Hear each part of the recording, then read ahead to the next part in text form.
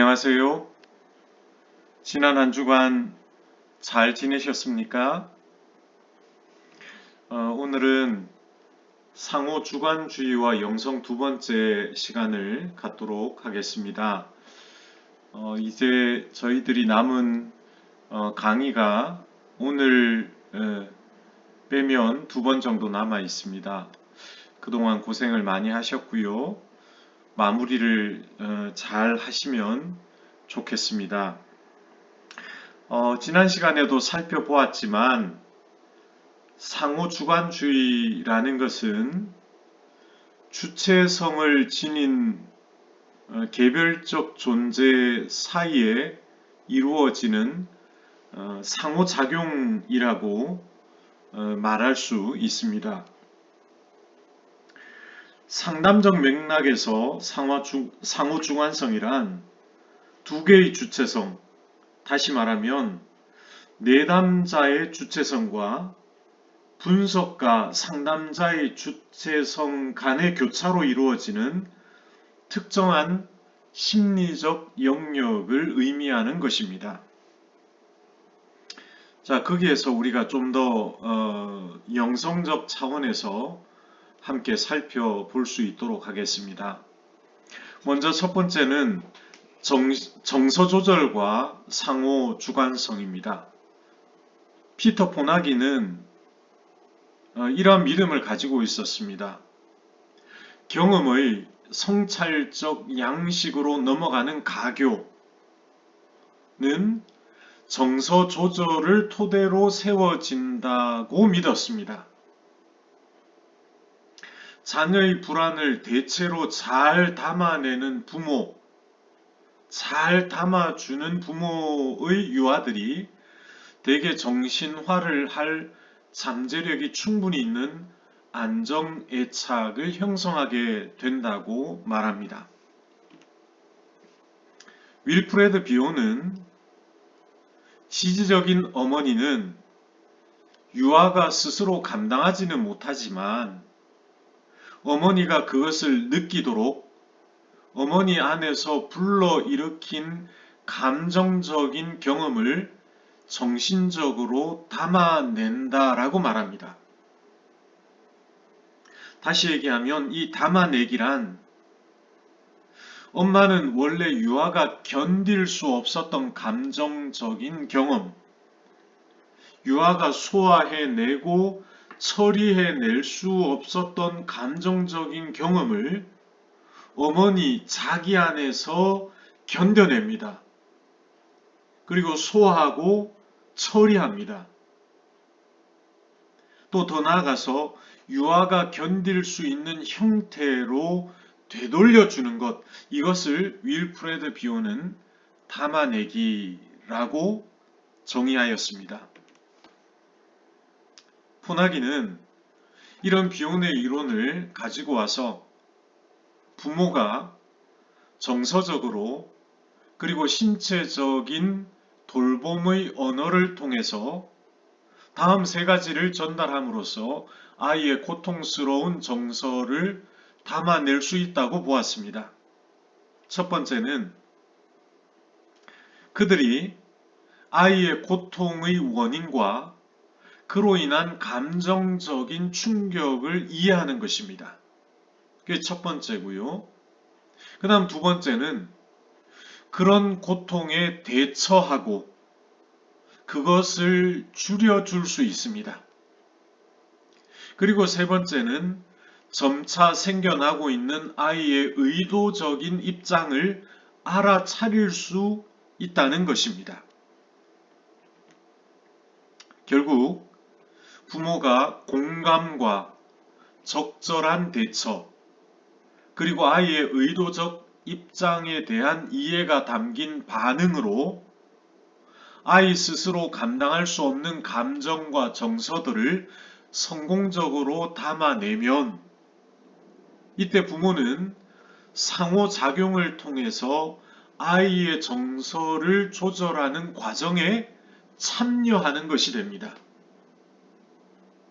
그리고 이 과정을 통해서 부모는 안전한 도피처, 안전기지로서 애착 관계에 대한 아이의 확신을 강화하게 된다는 것입니다.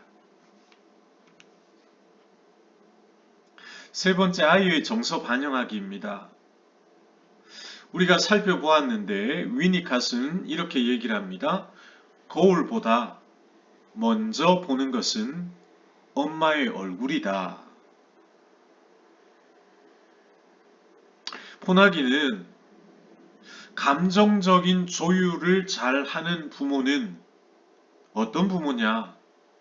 내적 상태의 수반이 되고 티가 나는 정서 반영을 통해서 공감과 대처 능력을 보여주는 부모이다 라고 말합니다.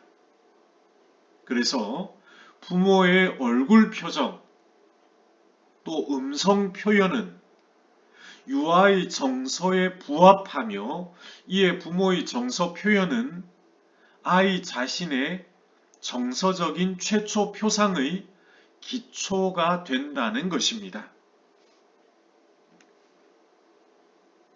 감정적으로 조율된 이런 반영은 절대적으로 중요합니다. 왜냐하면 유아가 드러내는 내적 상태에 공명하고 그것에 대해 성찰하며 표현해 줌으로써 누가 하는 거죠? 부모가 하는 거죠. 엄마가 하는 거죠. 그렇게 표현해 줌으로써 부모는 아이가 점차적으로 자신의 감정을 다른 사람이 인식하고 공유할 수 있는 정신적인 상태로 발견하게 해주기 때문입니다.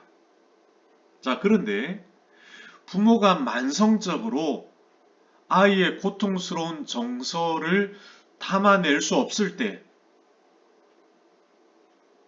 그 이유가 부모의 문제가 너무 크다든지 아니면 우울증으로 무기력한 상태에 있다든지 이러저러한 이유 때문에 부모나 엄마가 만성적으로 아이의 고통스러운 정서, 감정을 담아낼 수 없다면 아이는 그 정서에 대한 부모의 전형적인 반응이 내면화된 방식으로 행동하는 경향이 있다는 것입니다. 그렇죠? 애착 이론 이야기할 때 그 애착의 형태가 세대 간 전수가 되는 것처럼 정서에 대한 부모의 전형적인 반응도 내면화된 방식으로 이렇게 드러나게 된다, 전수가 된다, 그런 얘기를 하고 있습니다. 자, 치유적 관계에서 애착과 상호 주관성입니다. 에인스워드, 메리 메인, 피터 포나기 이런 애착 이론가들과 상호 주관주의 정신분석가들은 이런 얘기를 합니다. 성격을 형성시키는 도가니로서 애착 관계가 갖는 절대적인 중요성을 강조합니다. 애착 관계는 그것이 사랑하는 관계든 치료 관계든 간에 생애 초기에 입었던 감정적인 상처가 치유될 가능성이 가장 높은 맥락이 될 수 있다. 그렇게 얘기를 하죠. 치료자는, 상담자는 환자나 내담자가 새로운 애착 패턴을 발달시킬 수 있는 새로운 애착 대상이 될 수 있고 그렇게 되어야 한다라고 말합니다. 포나기는 환자가 치료자의 마음속에서 생각하고 느끼는 존재로서 자신의 이미지를 발견할 수 있도록 해주는 것이 중요함을 강조합니다. 자, 이런 관점에서 심리치료는 환자의 정신화와 정서 조절 능력이 개발될 수 있는 안정 애착 관계를 형성함으로써 효과를 내게 됩니다. 이런 관계는 환자가 다른 사람에 의해 자신이 알려지는 과정에서 자신을 알아가게 되는 상호 주관적인 관계가 되어야 함을 말하는 것입니다. 서로 다른 두 주관성의 상호작용, 다시 얘기하면 그 안에서 한쪽이 다른 한쪽의 경험에 심리적으로 참여할 수 있는 상호작용은 상호주관성의 본질이라는 것입니다.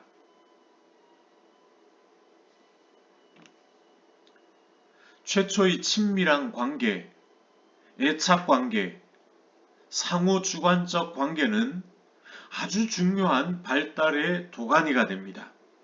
이것은 유아기뿐만 아니라 전생에 걸쳐서 인간이 의지하는 친밀한 타인들과의 상호작용은 심리적 성장과 변화를 위한 핵심적인 맥락을 제공하게 된다는 것입니다. 그래서 최초의 친밀한 관계가 인간 발달과 성장 성숙에 아주 중요한 도가니가 될 수 있다는 것이죠.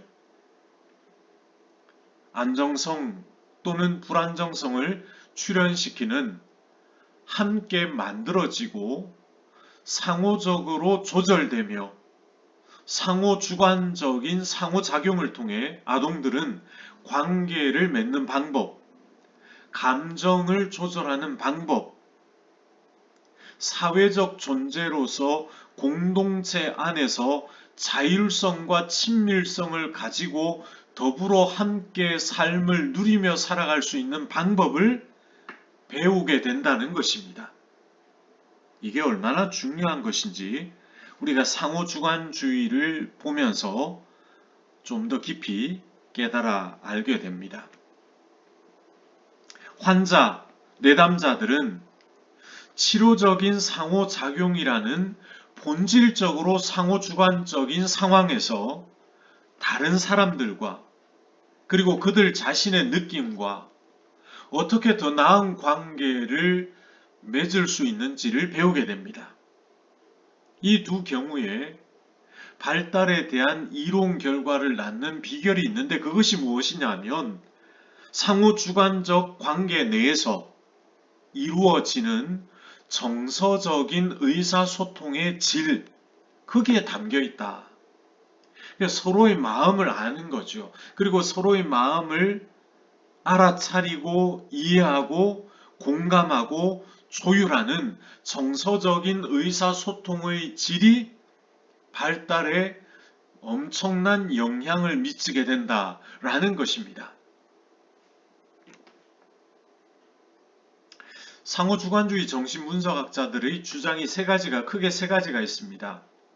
이거 잠깐 살펴보겠습니다. 첫 번째, 이 상호주관주의 분석학자들은 관계를 뭐라고 정의하느냐 하면 인간의 1차적 상황이다.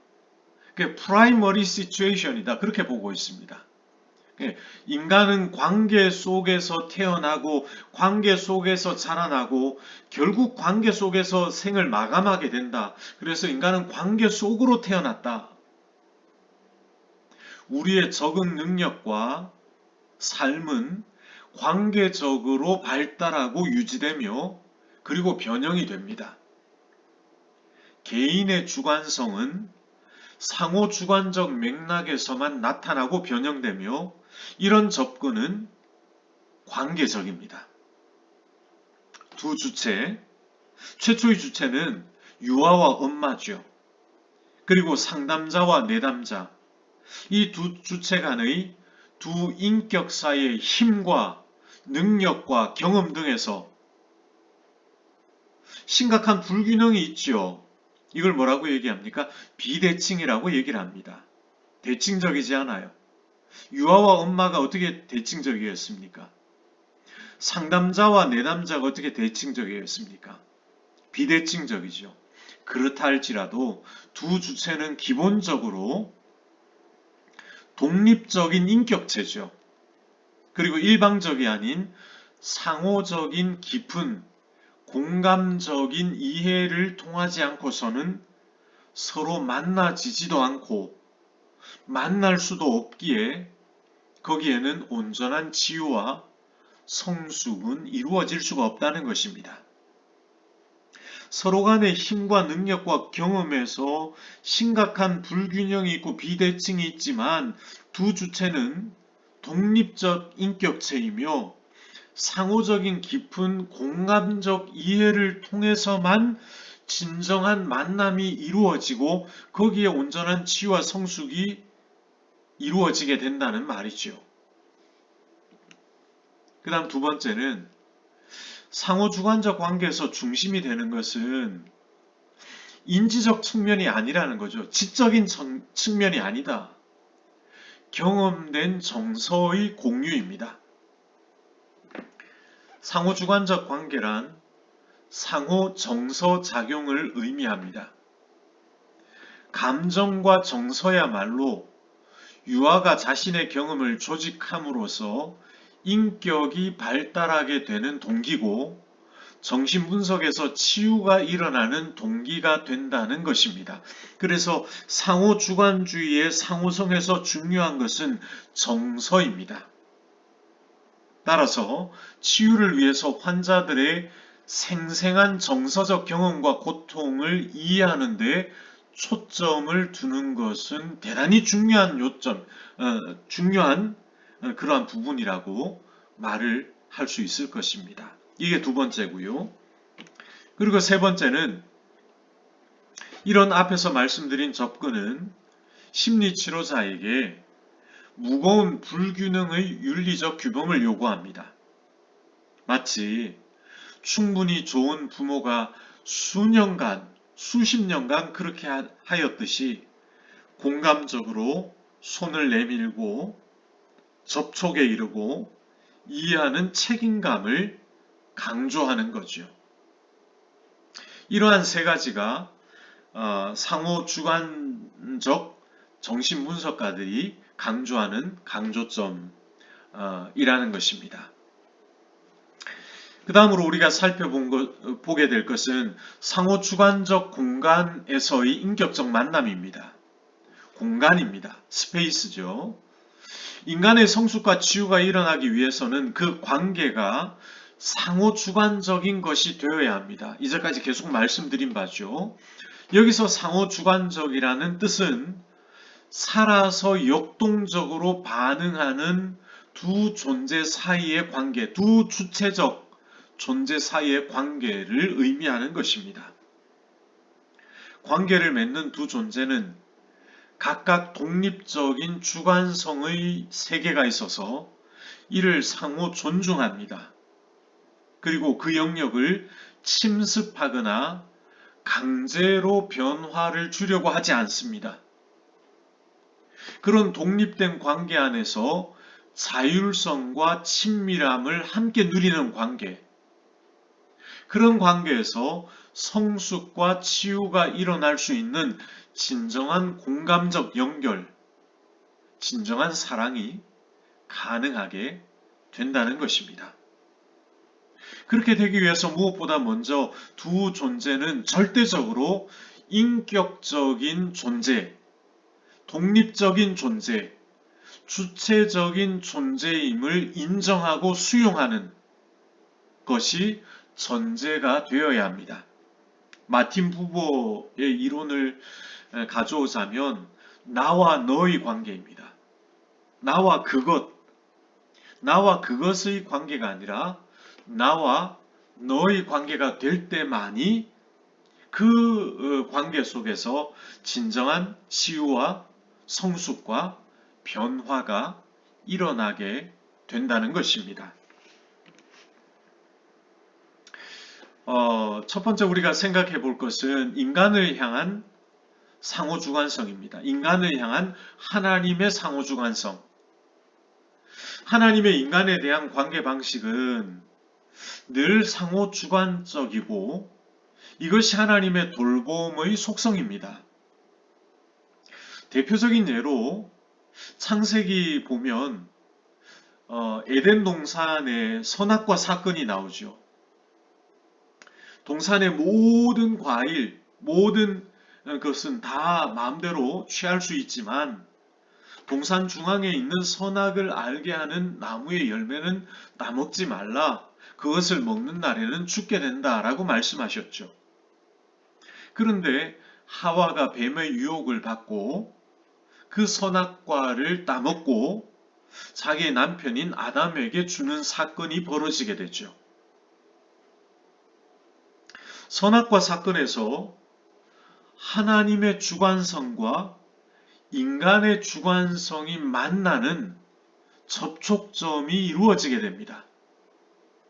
이게 무슨 얘기냐면 하나님은 인간이 자발적 의지로서가 아닌 하나님으로부터 받을 처벌이나 아니면 저주나 비난에 대한 두려움 때문에, 무서움 때문에 하나님의 명령에 복종하거나 아무 생각 없이 기계적으로 행동하는 복종이기를 원하지 않으신다는 거죠. 하나님이 정말 원하시는 것은 맹종이 아닌 순종을 원하신다는 것입니다. 하나님의 명령으로 표현된 하나님의 주관을 바탕에 두고 자유의지라고 하는 인간의 주관이 만나서 상호 주관적인 인격적 관계가 실현되기를 기대하시는 것이 하나님의 마음입니다.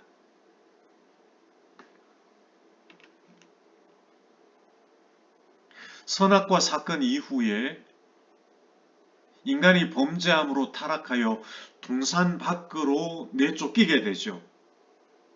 쫓겨난 인간에게 하나님은 가죽옷을 입혀주십니다.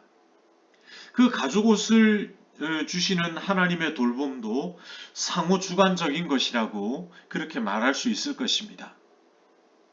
하나님의 관점에서 보면 타락한 인간은 영원히 내치고 죽음을 당해야 마땅합니다. 그러나 하나님은 무엇인가로 자신의 부끄러운 것을 가려야 한다고 생각하는 인간의 주관에 대한 존중과 인정을 보여주십니다. 그래서 어떻게 하죠? 가죽옷을 지어주시고 동산 밖에서도 살아갈 수 있는 방법을 일러주시는 거죠. 이게 뭡니까? 하나님의 상호주관적인 돌봄입니다. 이러한 하나님의 상호주관적 관계 방식은 상호주관적인 용서가 되는 것이죠. 하나님은 배신을 일삼고 제멋대로 살아가는 하나님과 인간이 맺었던 언약을 일방적으로 깨뜨려 버리는 인간을 용서해 주십니다. 이 용서는 어떤 면에서 보면 결과로서의 용서라기보다는 과정으로서의 용서라는 것입니다. 우리 선생님들 구약 성경에 보시게 되면 호세아나 이사야서나 예레미야 이런 선지서들에 보면 이스라엘 백성들이 하나님 앞에서 맺었던 언약을 일방적으로 깨뜨려 버리고 하나님 앞에 범죄하며 우상을 숭배하는 그런 경우들을 보게 됩니다. 그때 하나님 어떻게 하십니까? 선지자와 예언자를 보내서 범죄하고 타락한 이스라엘 백성들을 심판하시고 저들을 멸하시려고 하시죠. 그때 백성들은 선지자를 통해 선포된 하나님의 심판 메시지를 듣고 돌이켜 회개하게 됩니다. 그때 하나님 어떻게 하십니까? 반복해서 나오는 말씀인데 뜻을 돌이키시는 하나님, 범죄한 인간을 향해서 저주와 심판과 멸망을 작정하셨던 하나님이시지만 그들이 돌이키자 하나님도 어떻게 하십니까? 뜻을 돌이키시죠. 뜻을 돌이키시는 하나님. 이 하나님이 어떤 분이십니까? 상호주관적인 하나님이시다 라는 것이죠.